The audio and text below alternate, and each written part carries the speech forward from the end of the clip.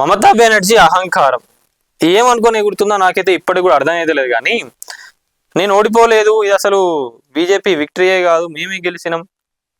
అదేంది జనరల్గా IPL match అయినప్పుడు మేము మ్యాచ్ గెలిచినాం, మేము హృదయాలను గెలుచుకున్నాం అని అంటారు కదా, ఆ లెవెల్లో ఫీల్ అయిపోతాను మమతా బెనర్జీ గారు. మరి ఎవరి హృదయాలు గెలుచుకున్నదో నాకైతే ఇప్పటికి కూడా అర్థమవుతలేదు. అరే దేశం మొత్తం కూడా ఆ ఒక్కరోజు రిజల్ట్స్ కోసమే చూస్తూ ఉన్నారు. ఎందుకు అంటే మిమ్మల్ని మీ పతనం చూడడానికే దేశం మొత్తం కూడా రెడీ అయి కూర్చున్నది. నేను ఇప్పుడు రాజీనామా చేయాలి, నేను ఈడనే ఉంటా, ఇదంతా కూడా న్యాయం కాదు, అన్యాయం చేస్తా ఉన్నది బీజేపీ అంటే ఎంతవరకు కరెక్ట్? జనాలు మిమ్మల్ని ఎంచుకోలేదు, బీజేపీని ఎంచుకున్నది, బీజేపీని గెలిపించింది, దాన్ని యాక్సెప్ట్ చేయాలి. 15 ఏళ్ళు మీరు ఆడ ఉన్నారు, ఏలిండ్రు. అరే మీరు కాకుండా కొత్త వాళ్ళు వస్తే వెస్ట్ బెంగాల్ ఎట్లుంటుందని చూస్తారు కదా జనాలైనా కూడా. ఒక 5 సంవత్సరాలు ఓపిక పట్టండి, నచ్చకపోతే మళ్ళీ మిమ్మల్ని గెలిపిస్తారు. దానికి నేను రాజీనామా చెయ్యా, నేను ఈడనే ఉంటా, అది మీమ్స్ కూడా సోషల్ మీడియాలో చూస్తూ ఉంటాయి. నిజంగా చాలా గమ్మత్తున్నది. ఇక మళ్ళీ మమతా బెనర్జీ గారికి సపోర్ట్ చేయడానికి పెద్ద పెద్ద వాళ్ళందరూ వస్తారు. ఇక పెద్ద పెద్ద వాళ్ళంటే పెద్ద ఏదో పనిచేసేటోళ్ళు కాదు, వాళ్ళతో కూడా వచ్చేది లేదు, పోయేది లేదు.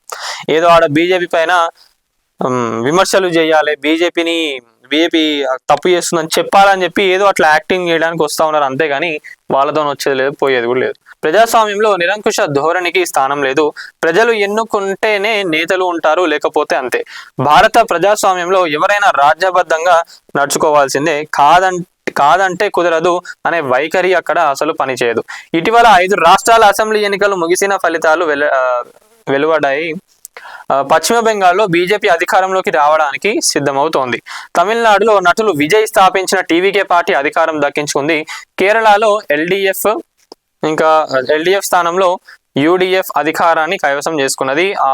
ఆసంలో పాండిచేరిలో మనం కూడా చూసుకున్నట్లయితే పాత ప్రభుత్వాలు ఏవైతే ఉన్నాయో అవే మళ్ళా కొలువు తీరుతున్నాయి.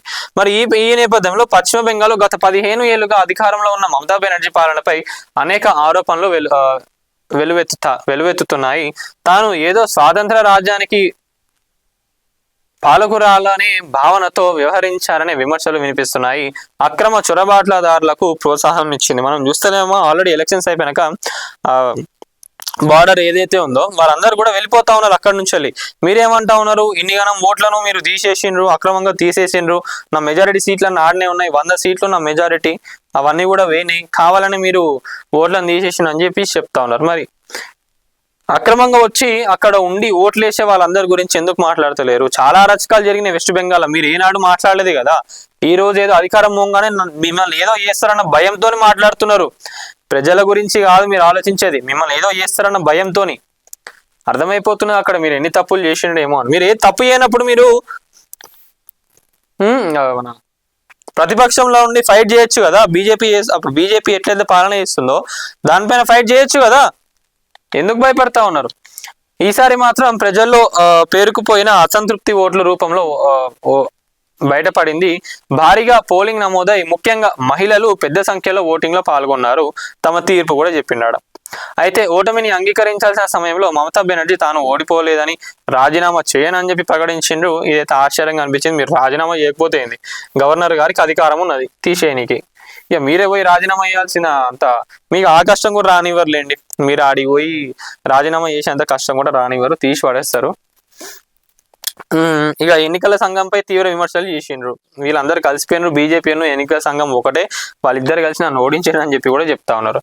ఇక రాహుల్ గాంధీ కూడా ఓటు చోరీ ఆరోపణలకు మద్దతు ఇవ్వడం రాజకీయంగా ప్రశ్నార్థకరంగా మారింది. అదే అంటానా, బీజేపీ అధికారంలోకి వస్తే ఎవరైనా కూడా ఒకటే మాట్లాడతారు, ఓట్ చోరీ జరిగింది, ఇవన్నీ కూడా ఫేక్ ఓట్స్, కావాలని మీరు ఓట్స్ అన్నిటిని కూడా తీసేసి మీరే ఓట్లు గుద్దుకున్నారని చెప్పి ఇక మాట్లాడేటోళ్ళందరూ మాట్లాడుతూ ఉంటారు. కానీ అక్కడ జనాలు కోరుకున్న మార్పు, ఎంతో కొంతమంది అయితే బీజేపీకి వేసి ఉంటారు కదా మెజారిటీ మెంబర్స్, దాని వల్లనే బీజేపీ అధికారంలోకి వచ్చింది. ఇక మీరు ఎన్ని మాటలు మాట్లాడినా ఏది చేసినా కూడా ప్రజలు ఇచ్చిన తీర్పును ఎప్పుడైనా కూడా యాక్సెప్ట్ చేయాలి, అంతే. ఇక దాని గురించి ఏం మాట్లాడేది లేదు. ఇక నేను చెయ్యను, నేను పోను అంటే ఎవ్వరు కూడా ఉంచారు, తరిమి తన్నుతారు ఫస్ట్ ఆఫ్ ఆల్. సో ఇది ఇక మన నేటి రాత్రి హెడ్లైన్స్. సో వీడియో ఇస్తున్న వాళ్ళు ఎవరైతే ఉన్నారో ప్రతి ఒక్కరు వీడియోని లైక్ చేయండి, షేర్ చేయండి, అలాగే మన నేటి రాత్రి 9 ఛానల్ని సబ్స్క్రైబ్ చేసుకోండి. Thank you.